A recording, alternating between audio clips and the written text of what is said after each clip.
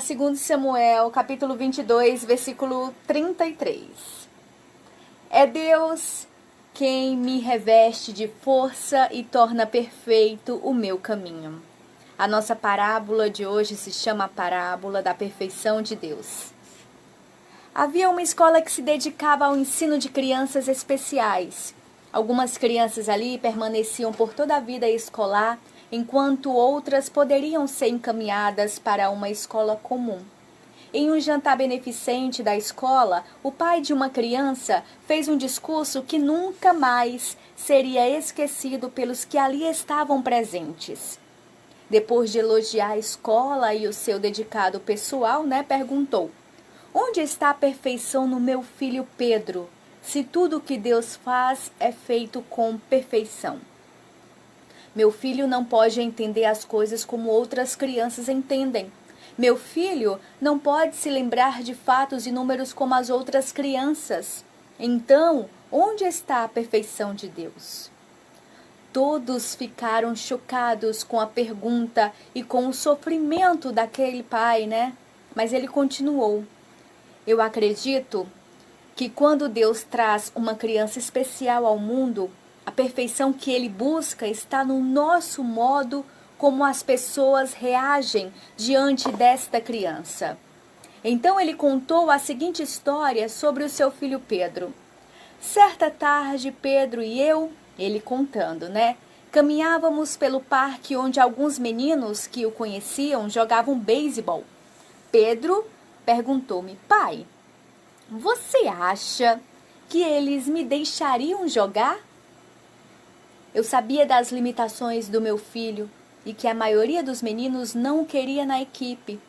Mas entendi que se Pedro pudesse jogar com eles, isto lhe daria uma confortável sensação de participação. Me aproximei de um dos meninos no campo e perguntei-lhe se Pedro poderia jogar. O menino deu uma olhada ao redor, buscando a aprovação dos seus companheiros de equipe, e mesmo não conseguindo nenhuma aprovação, assumiu a responsabilidade e disse: nós estamos perdendo por 6 rodadas e o jogo está na 8ª. Acho que ele pode entrar em nossa equipe e tentaremos colocá-lo para bater até a 9ª rodada. Fiquei admirado quando Pedro abriu um grande sorriso ao ouvir a resposta do menino. Pediram então que ele calçasse a luva, e fosse para o campo jogar. No final da 8ª rodada, a equipe de Pedro marcou alguns pontos, mas ainda estava perdendo por 3. No final da 9ª rodada, a equipe marcou novamente, e agora com potencial para a rodada decisiva. Pedro foi escalado para continuar. Uma questão, porém, veio à minha mente. A equipe deixaria Pedro, de fato, rebater nesta circunstância, eliminando a possibilidade de ganhar o jogo?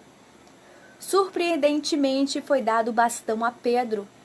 Todo mundo sabia que isto seria quase impossível, porque ele nem mesmo sabia segurar o bastão.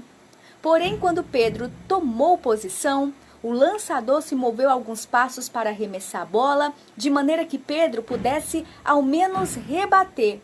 Foi feito o primeiro arremesso e Pedro balançou, de uma forma desajeitada e perdeu.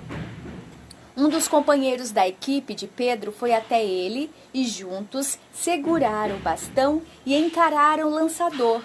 O lançador deu novamente alguns passos para lançar a bola suavemente para Pedro. Quando veio o lance, Pedro e o seu companheiro da equipe balançaram o bastão e juntos rebateram a lenta bola do lançador. O lançador apanhou a suave bola e poderia tê-la lançado facilmente ao primeiro homem da base, eliminando Pedro e encerrando o jogo. Contudo, ao invés disso, o lançador pegou a bola e a lançou numa curva longa e alta para o campo, distante do alcance do primeiro homem da base. Então todos começaram a gritar para que Pedro corresse para a primeira base. Nunca em sua vida ele tinha corrido, mas saiu disparado para a linha de base, com os olhos arregalados e assustados. até que alcançasse a primeira base, o jogador da direita teve a posse da bola. Ele poderia ter lançado a bola ao segundo homem da base, o que colocaria Pedro fora do jogo, pois ele ainda estava correndo. Mas o jogador entendeu quais eram as intenções do lançador e assim lançou a bola alta e distante, acima da cabeça do terceiro homem da base. Mais uma vez todos gritaram para que Pedro corresse para a segunda base. Quando Pedro alcançou a segunda base, a curta parada adversária o colocou na direção da terceira base e todos de ambas as equipes, correram atrás dele gritando e incentivando Pedro a correr para a base principal. Pedro correu para a base principal, pisou nela e todos os 18 meninos o ergueram nos ombros, fazendo dele o herói, como se ele tivesse vencido o campeonato e ganho o jogo para a equipe dele. Naquele dia, disse o pai, com lágrimas caindo sobre a face, aqueles 18 meninos alcançaram a perfeição de Deus.